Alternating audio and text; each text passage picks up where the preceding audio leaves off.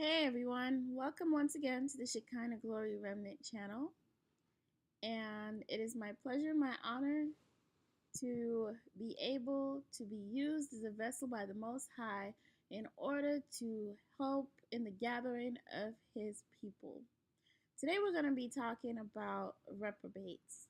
And it's a very important topic that our people need to understand. When I do say these things, I'm not just telling you as to just take it as face value, but to do your own research. Go out and seek the Most High, seek the kingdom of the Most High, seek Him first, okay? Even if you go on somebody's channels, I know sometimes people will take the messenger for the creator and praise the messenger when it's usually the message that the Most High gives to them is how you're able to be changed or to get revelation. So it's best to go straight to the creator. You can thank the messenger, but don't get into that mindset where you take every single thing that we say as bond without first going and checking for yourself. Okay, check, discern, do the research, pray, all that. Right? Because people tend to have that mindset where you want to be fed, and then after that, it's like, okay, no more. You forget about it, and it's on to the next shiny thing. But let's talk about reprobates. I don't think people really understand the seriousness of a reprobate mind or reprobates, because you are what you think, right? And once your mind is affected, your whole being is affected. Yeah, your mind, your heart, your soul, every part of you. A reprobate is a person who is considered like just empty. It's like a shell of a person, like in a zombie like state, but not really. A lot of these reprobates give off a good game, a good face. They can give face all day, but inside they're empty. They have no feelings, no remorse. They exalt themselves above everything else. They look at everything in like a microscope, like you are small compared to them. Right? Now, why I'm bringing this up is I've seen where people say that, yeah, the Edomites, they don't know who you are, because they're going to say at the end of the whenever it is that they have to get to their judgment, their excuse is going to be their people taught them wrong. But first of all, now this is one of the things that the Most High took me through, is having to deal with reprobates. And that is one of the most annoying, unfortunate interactions. Like, not everything that you deal with in the school of life is going to be peachy keen. And this is one of the worst ones I've ever had to deal with. And it's with a reprobate. A reprobate, sorry. They're in the family, because we have reprobates that look just like us amongst us. That still, no matter what you do, they will still not change. Immovable. And there are reprobates in the other nations. That's why the Most High don't mess with those other nations, because He told you in the scripture who they were. They love wickedness. And one thing that stood out the most is hate of God. What does the scripture say about those who hate God? If you look into the commandments, when we talked about idolatry in the first 3 commandments, the third one states, if you do not keep His commandments, those who don't keep His commandments hate Him. And He basically, their 3rd and 4th generation will have to pay for what they've done. And He says those who keep His commandments love Him. These people, by breaking even the idolatry commandments and being lovers of idols, no matter where they go, they need some sort of symbol, because that's their God. Money, flags, things, sports. things of that sort. You see how they react to these things. They give praises to them, they build monuments to them, all that mess, all that jazz. So when someone says that they don't know who you are, you don't know the spiritual world. You do not understand when scripture says we do not wrestle against flesh and blood, but against principalities and against powers and against darkness, the rulers of the darkness of this world, and against spiritual wickedness in high places. If you understand spiritual wickedness, and if you're really in tune with decoding the scripture, you will understand that you can't believe what a devil tells you. They're not going to tell you the truth. And back to reprobates, they themselves are dominions.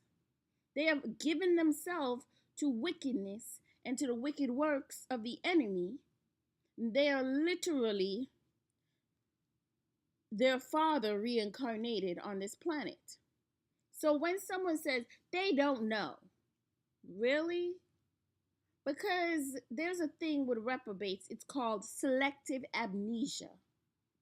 All right? Now, this I've seen constantly revolving when it comes to them.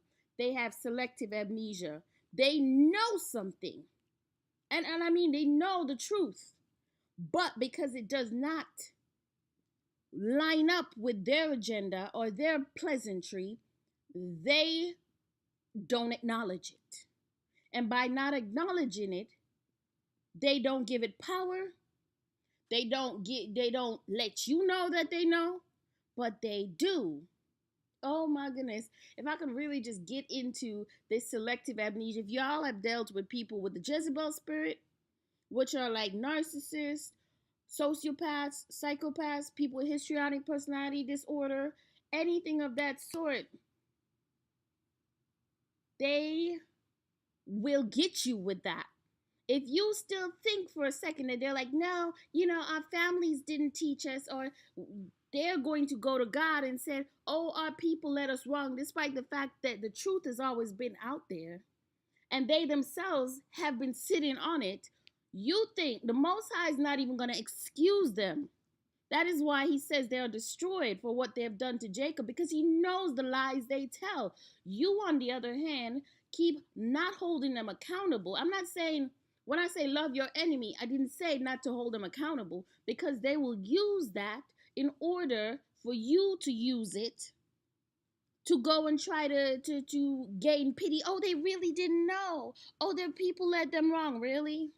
You need to hold off of that for a second and truly delve deeper into the spiritual world. Because if you keep only highlighting the physical, and yeah, you can show the news and show the things that manifest in the physical, but if you don't understand that before it even hits into the physical world, it already took place spiritually, then you still have not come home with the truth to what you're supposed to be delivering to the people.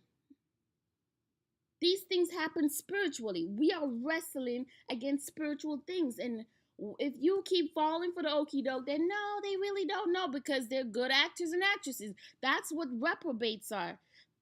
They act out something because inwardly they are empty. That I've seen this so many times dealing with reprobates, and there's so many of them. It's just like you can never believe anything they say. And you don't even, how they say it's better to watch what they do more than listen to what they say? How they treat you show you they know who you are. And it's not even just because they were told this. If you see the types of people they are, they literally do intense research into everything. Even back in the slave days, they would go and do lobotomy on the slaves. They would go and literally tear them apart to try to figure out how to not only how to dissect them, but also how to destroy them. If you think for a second that they don't know, you still don't think they know who you are strongly deluded. But then again, Understand, when we deal with spiritual wickedness, it is not for them to tell you the truth. And the Most High is not even going to buy it either. It's easy for them to tell you and you to believe because you're still not walking in faith like He told you to. When He tells you something and that they're going to be destroyed, He's not buying their cunning words either. Right? All they are actors and actresses and world stage, basically. So understand, I'm sorry you haven't met reprobates, but if you could ever understand that mindset, like all my life, for all my life, that's all I've been around. I used to wonder, why is it that I was always around them? But the Most High let me to know. They thought that they could easily pick me out. But now, I've been around them so much that now you study them, that you understand what they are, what their purpose is, and how they got to where they are, and what the Most High has always been trying to let us know. He told you that He left them because they wouldn't retain Him in their knowledge. What are those people? Those were the people who He's talking about, the heathens, the people who kept going back to their old ways. They know God to some degree, but they don't understand why it is that He is who He is. They don't try to know Him, right? They have an idea of it, but they keep going back to their old wicked ways because they love the wicked ways and they hate God, just like He said. Every time they break His commandments, every time they do wrong and wicked, if they lie to Him, why wouldn't they lie to you? Everything they do to Him, they do to you. So before you jump and you say, no, you're going to buy the whole lie, understand your enemy and who you're dealing with. And then you won't take it for granted. Okay? Now, while we're on this, okay,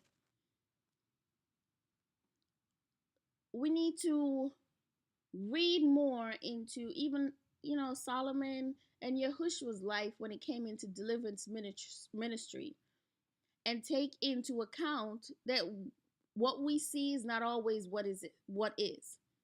Like scripture even tells you about the beast that was yet is not, was that is yet is not, or was is not yet is. There we go. Okay, that has a lot to do with it as well. So, brothers and sisters, do the work. Don't let people just feed you every old yickety yak. Go out there. Know the Most High for yourself. Let Him put wisdom in you. Let Him lead you. Let Him teach you. Okay? Now with that, I just wanted to say, have a blessed rest of your day or night or whatever time you're viewing this. And yeah. Shalom.